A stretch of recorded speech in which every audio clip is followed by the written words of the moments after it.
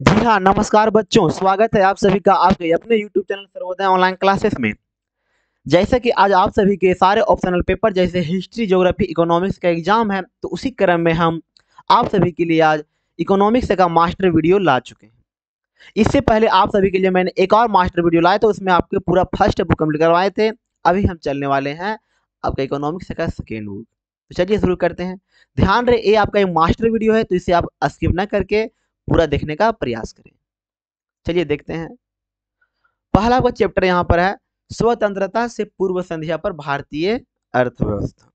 पहला सवाल है, ब्रिटिश समय के दौरान भारतीय अर्थव्यवस्था कैसी थी? तो ये आपका पिछड़ी और अर्ध सामंती थी, यानी ऑप्शन नंबर 3 सही आंसर है।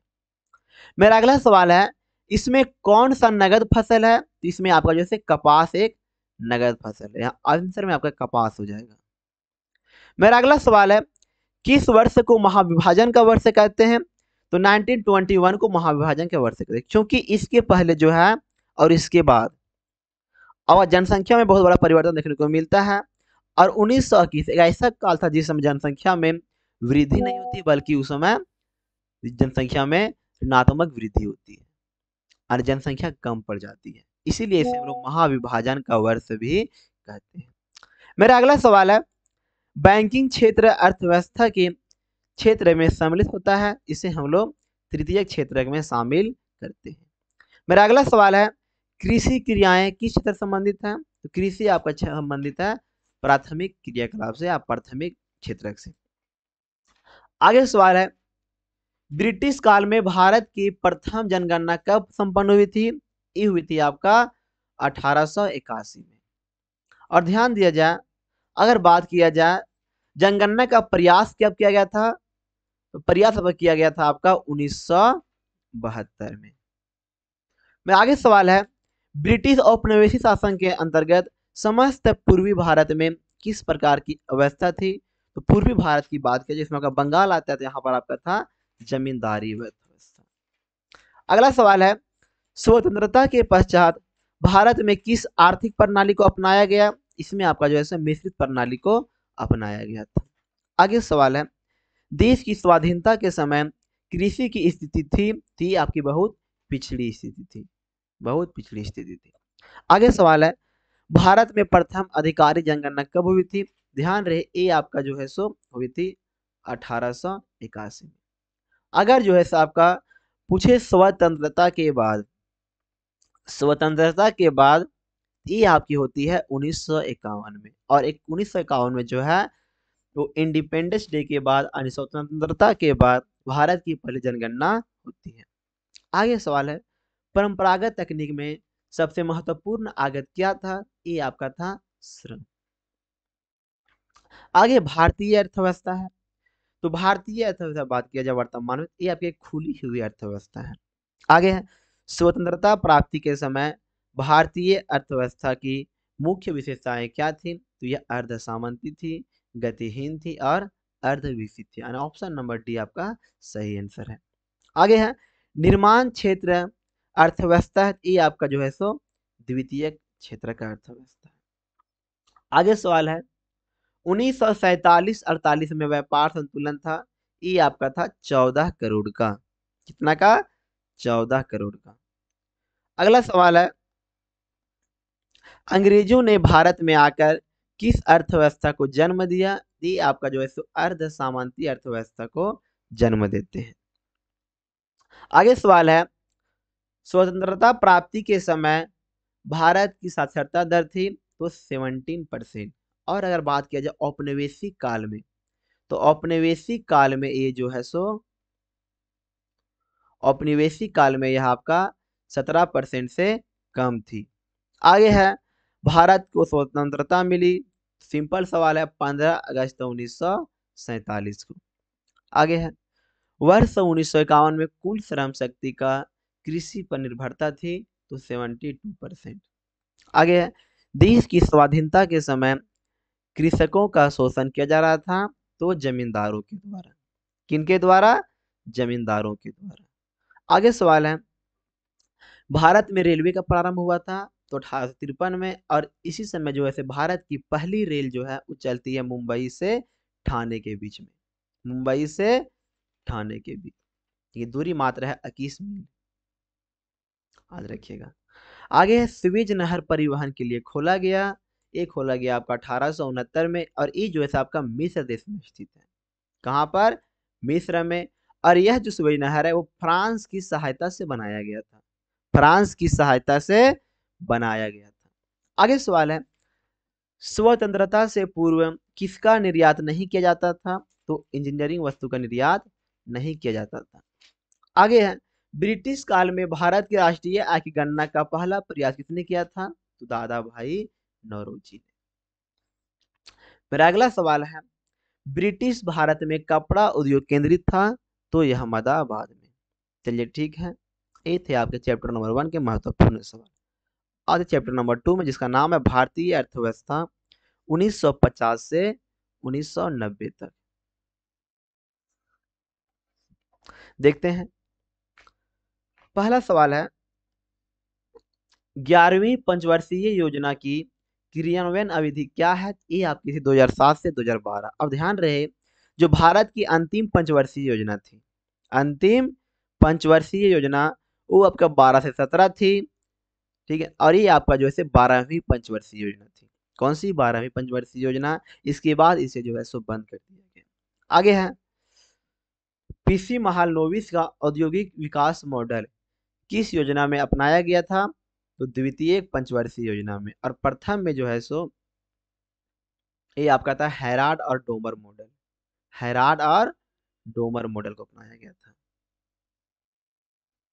आगे सवाल है, कृषि उत्पाद का वह हिस्सा जो किसान द्वारा बाजार में बेचा जाता है कहलाता है, इसे हम लोग जो है सो कृषि विक्रय अधिशेष या विपणित अधिशेष कहते हैं। आगे सवाल है, भारत में नई कृषि नीति का वास्तविक प्रारंभ कब किया गया था? तो 1966 में, 1966 में, और इसके बाद वैसे यहाँ पर हरित क्रांति का उद्भव हुआ था। आगे सवाल है, भारत में कितने प्रतिशत लोग कृषि पर आश्रित हैं? तो लगभग 70% लोग कृषि पर आश्रित हैं। आगे है, स्वतंत्रता प्राप्ति के बाद अब तक कितनी औद्योगिक नीति घोषणा हो चुकी है? तो 6 नीति घोषणा हो चुकी है। आगे है, भारत में किस प्रकार की अर्थव्यवस्था देखी जाती है? ये आपकी जो है से एक मिश्रित अर्थव्यवस्था है। आगे सवाल है, कृषि साख के गैर संस्थागत स्रोत हैं? तो ये आपका हो जाएंगे महाजन। अगला सवाल है, 12वीं पंचवर्षीय योजना की अवधि है? तो ये आपका है 2012 से 2017, अभी देखे थे हम लोग। आगे है, कृषि साख के साधन है? तो भूस्वामी भी है, व्यावसायिक बैंक भी है, ग्रामीण बैंक भी, यानी ऑप्शन नंबर डी आपका सही आंसर। आगे है, प्रथम पंचवर्षीय योजना की प्राथमिकता उत्पादन क्या था? तो इसमें आपका जो है सो कृषि के उत्पादन पर प्राथमिकता दिया गया, उसके उत्पादन पर बल दिया गया। आगे है, हरित क्रांति में सम्मिलित होते हैं, इसमें आपके HYV बीज थे, रासायनिक उपकरण थे, कृषि यंत्रीकरण, अन्य इनमें से आपका सभी मौजूद थे। आगे है, जैविक खेती होती है, ये आपकी होती है धारणीय खेती। आगे है, भारत की पहली औद्योगिक नीति किस वर्ष घोषित हुई थी? तो 1948 में। योजना आयोग का स्थापना कब हुई थी? तो 1950 में। और यही योजना आयोग जो है वो भारत में पंचवर्षीय योजना का क्रियान्वयन करता था। ठीक है, अगला सवाल है, चिपको आंदोलन की शुरुआत किसने की थी? तो सुंदरलाल बहुगुणा ने। ये आपका होता है उत्तराखंड के टिहरी प्रांत से। आगे मेरा सवाल है, द्वितीय औद्योगिक नीति कब घोषित हुई थी? तो 1956 में। आगे सवाल है, राष्ट्रीय विकास परिषद का गठन कब होता है? तो 6 अगस्त 1952 को। आगे सवाल है, प्रथम पंचवर्षीय योजना लागू हुई थी? ये आपका होती है 1 अप्रैल 1951 से चलती है आपका 31 मार्च 1956 तक। आगे है, दूसरी हरित क्रांति का नारा किसने दिया था? तो APJ अब्दुल कलाम ने। ये थे आपके चैप्टर नंबर 2 के महत्वपूर्ण प्रश्न। तो प्यारे बच्चे ध्यान रहे कि आप सभी के लिए जो हमारी सर्वोदय टीम है, उस सर्वोदय टीम आप सभी के लिए बहुत जल्द लगभग आपका 1 मई से जो है वो स्मार्ट क्लास के साथ जो है वो आप सभी का ऑनलाइन बैच लॉन्च करने वाले हैं। तो जिन किन्हीं बच्चों को हमारे साथ जुड़ना है तो हमारे जो है एप्लीकेशन सर्वोदय ऑनलाइन क्लासेस फिलहाल हम कार्य प्रगति पर है, तो सर्वोदय ऑनलाइन क्लासेस एक एप्लीकेशन आएगा, उसी से आप लोग जुड़ करके हमारे साथ ऑनलाइन क्लास कर सकते हैं। तो प्लीज देर न करें, चूंकि हमारा इतिहास रहा है कि हमारा ऑफलाइन बैच चलता है हजारीबाग में, वो हर बार टॉपर देने का प्रयास किया। अगर कोई होंगे हजारीबाग से पता होगा हजारीबाग में कि सर्वोदय एक कोचिंग नहीं एक ब्रांड है, और सर्वोदय कोचिंग जो है वो हर बार प्रयास करता है कि हमारे बच्चे यहाँ पर टॉपर में जाए, और लगातार जब से कोचिंग ओपनिंग हुआ है उस बार से लगातार हमारे बच्चे टॉप 10 में रैंक किए। अगर आपको भी लगता है कि हमें भी टॉपर बनना है, हमें टॉप 10 में जाना है, तो प्लीज आपसे रिक्वेस्ट है, अगर आप ऑफलाइन बैच नहीं आ सकते हैं तो हमारे ऑनलाइन बैच जो चलेगा सर्वोदय ऑनलाइन क्लासेस एप्लीकेशन पर, तो वहां जा करके जो है सो इनरोल कर सकते हैं, वहां से हमारे बैच खरीद सकते हैं। बहुत जल्द यानी आपका 1 मई से जो है वो सारी बैच आपका लॉन्च होने वाली है। और हाँ, उसके पहले आपको यूट्यूब पर डेमो दिया जाएगा, अगर डेमो पसंद आएगा तो हमारे साथ जुड़ सकते हैं। ठीक है, चलिए शुरू करते हैं। मेरा थर्ड चैप्टर यहाँ पर है उदारीकरण, निजीकरण और वैश्वीकरण एक समीक्षा। पहला सवाल है विश्व व्यापार संगठन की स्थापना का वर्ष है, तो 1995। आगे है वैश्वीकरण का संबंध है, तो अर्थव्यवस्था का खुलेपन से। आगे सवाल है विश्व को एक बाजार के रूप में मानने का क्या अर्थ है, तो वैश्विक। फीमा के अंतर्गत क्या होता है, तो फीमा के अंतर्गत जो है सो विदेशी विनिमय के अंतर्गत प्रावधानों को उदार एवं सरल कर दिया गया था। यहाँ होगा एलपीजी नीति, नाम सुने होंगे। एलपीजी नीति के सकारात्मक प्रभाव क्या पड़ते थे, तो इसमें अंतरराष्ट्रीय पहचान मिली, औद्योगिक उत्पादन में वृद्धि हुई, और भारत जो है एक उभरती हुई अर्थव्यवस्था बनी। यानी ऑप्शन नंबर डी आपका सही आंसर है।